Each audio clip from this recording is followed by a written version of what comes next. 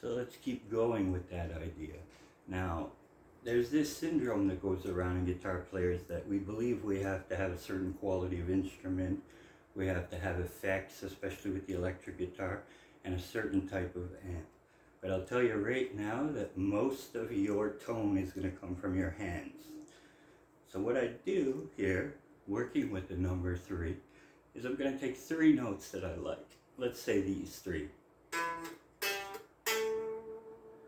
Okay, now I can play those in so many different ways. Instead of focusing on the number of notes you're playing, focus just on 3. And you can do it like this with a pull-off. Or you can do, I played 4 notes there, but I'm still only using 3 different notes. They happen to be E, G, and A. And you want to play every note like you mean it. If you play them dead, like this, it's going to sound kind of boring. But you can add a little bit of vibrato by just rotating your wrist up and down or your fingers. You can do quarter tone bends to get a bluesy kind of sound like this. But you want to dig into every note. You want to make sure you've got those notes under your hand. Now, I could play that backwards. Play it as a pull-off.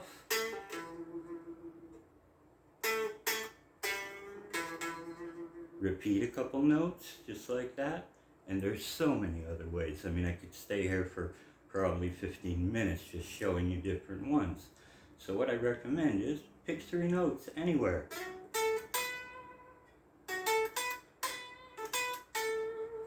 It's all in your hands. I am not even plugged into an amplifier right now. So hopefully you get an idea. When I was about 16, I met a guy when I was working at a big music store who taught me about this, because even though he wasn't the most technical player, his tone was incredibly good. He could pick up any guitar, whether it was a $100 guitar or a $3,000 guitar, plug it into any amp and make it sound good. And I watched this guy. He didn't technically give me lessons, but whenever I saw him in my lunch hour and he was fooling around on a guitar, I'd sit down and watch him. So always look for a kind of protege, someone you can look towards who can kind of give you that stuff. If you want to look for great tone players, you can talk about David Gilmour. We can talk about Eric Clapton. You can talk about the newer guys from my generation, which would have been Joe Satriani and Steve Vai. These guys got complete control over their tone. And it's not just the tone, it's how you phrase the notes. If I always just do, it's going to be boring. Try to add some rhythm.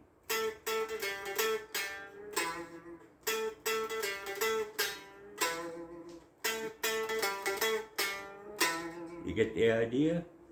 So work on that for a little while. And I'll tell you another thing.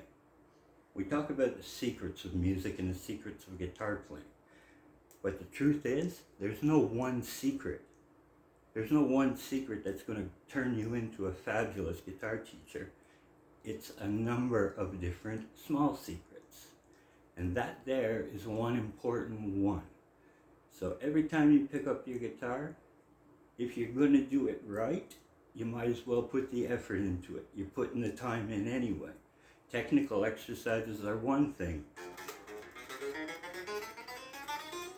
You can also do those in 3 notes. And I'm just repeating a pattern there. That's not music. That's just technical exercising. Okay? You're not running the race if you're an athlete. You're not playing the game of football. You're just working on your skills to be able to get to the point where you can play the game. And playing the game comes from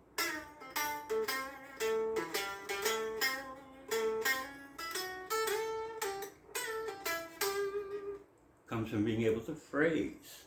You're kind of asking a question and then responding to it. The question might be, and the answer,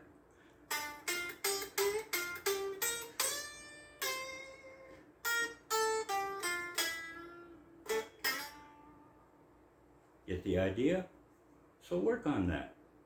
you gotta spend about 15 minutes a day on it, if you can. If you can't, spend whatever time you can on it. And that's the one thing I recommend you don't do in front of a television. You want to have quiet, you want to have earphones on if you can, or have your amp if you've got a place that you can crank it up, and really get a feel for those notes. You'll see a difference in your playing. Okay? So that's my advice for today. And this is Jam Art Guitars. And I will see you in the next video. Take care.